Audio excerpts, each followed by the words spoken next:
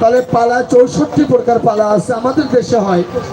রাজশাহী, চাঁপাইনবাবগঞ্জ ওইদিকে হয় 4 দিন, 5 দিন, 6 দিন এই হয়, সেগুলো অন্য অন্য পালা।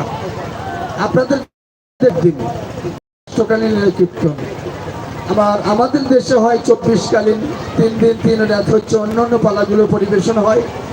তাহলে ওগুলো হচ্ছে নৈমিত্তিক লীলা।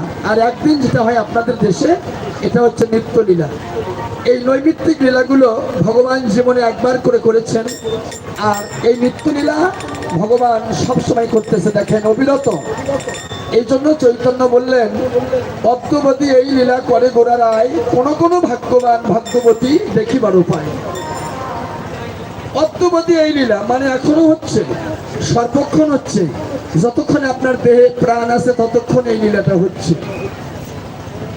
তাই চৈতন্য বললেন, কৃষ্ণের যতক খেলা সর্বোত্তম নরলীলা, নরবপু তাহার স্বরূপ, গোপবেশ বেণু কর, নবকিশোর নট বড়, নরলীলা হয় অনুরূপ।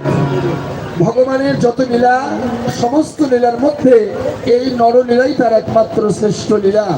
এই নররূপে হচ্ছে নারায়ণ, নরের সেবা করলে নারায়ণের সেবা হয়, এই মানুষের চরণে ভক্তি করলে সেই ভক্তি ভগবানের চরণে পৌঁছে যায়।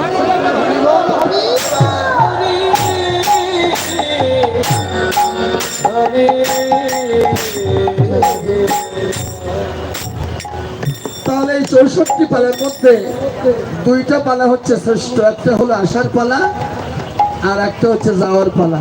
একদিন এসেছি বাবা, আর একদিন চলে যাব। এই পৃথিবী যেমনি আছে তেমনি পড়ে রবে, সুন্দর এই পৃথিবী একদিন আমাকে ছেড়ে যেতে হবে। স্ত্রী, পুত্র, ছেলে মেয়ে, ভাই বন্ধু, আত্মীয় স্বজন বান্ধব সবাইকে রেখে একদিন আমি চলে যাব। তাই যাব, যে আমি কি নিয়ে যাব? আসার সময় কি নিয়ে এসেছিলাম, আর যাবার সময় আমি যাব? যেদিন পৃথিবীতে এসেছিলাম সেদিন আমি কি নিয়ে এসেছিলাম? যেদিন আমি চলে যাব সেদিন আমি কি নিয়ে যাব? কিছু নিয়ে যাওয়া লাগবে তো, খালি হাতে গেলে তো চলবে না। ভব নদীর পারে দয়াল কৃষ্ণ বসে আছে, রাধারানী পার করে। ভব নদীর পারে রাধারানী হচ্ছে পারের মহাজন, যার কাছে ভক্তির সন্ধান আছে। তাহলে ওখানে তারাই পার হবে যাদের টিকিট কাটা আছে বাবা। এই জন্য বললেন, এই যে সবাই গুরু আশ্রয় করেছেন, পাসপোর্ট করলে হবে না, ভিসা করা লাগবে। ভিসা ছাড়া কিন্তু বিদেশে যেতে পারবেন না। শুধু পাসপোর্ট করেছেন, ভিসা নাই, আপনি যেতে পারবেন না। তাহলে গুরু আশ্রয় করেছেন, পাসপোর্ট করেছেন, কিন্তু ভিসা করেননি। তাহলে মঞ্জুরি ভিসা, এই যে মঞ্জুরি, দেখেন শাস্ত্রে পড়ে দেখেন, মঞ্জুরির ঘরে গুরু বেসিলে যখন, গুরুকে শ্রী গুরু বলি সেই সে কারণ। তাহলে মঞ্জুরির ঘরে গুরু বেসিল যখন, গুরুর কাছে আছে মঞ্জুরির ঘর, সেখানে গুরু বিক্রি করে, সেখানে আপনার মঞ্জুরি ভিসা আছে। ওই মঞ্জুরি ভিসা যার যার আছে, যে কয়টা ভক্তর আছে, সেই কয়টা ভক্ত সেদিন পার হবে।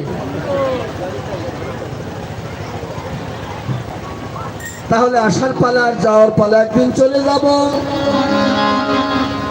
হে গোবিন্দ আমার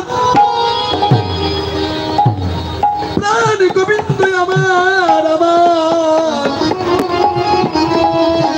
কত রাজা রাজত্ব গেল, কত জমিদারের জমিদারিত্ব গেল, কত বাদশাহের বাদশাহিত্ব গেল, কত পণ্ডিতের পাণ্ডিত্য গেল, বিজ্ঞানীর বিদ্যা গেল, কুলবতী তারা কুল হারালো।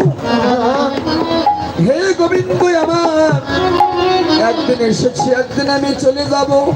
গোবিন্দ, তুমি বলেছ একমাত্র পাড়ের ঘাটে পার হতে গেলে কড়ির প্রয়োজন, কিন্তু আমার তো কোনো কড়ি নাই। শেষ সম্বলটুকু আমি হারিয়ে ফেলেছি। একমাত্র ভক্তের চরণে আমার আশ্রয়। হে গোবিন্দ আমার, তুমি তো বলেছ ভাগবতে, জগতে যারা ভক্ত সঙ্গ করে, সাধু সঙ্গ করে, যারা ভক্তের চরণ ধুলি অঙ্গে মাখে, সেদিন পারের করি তাদের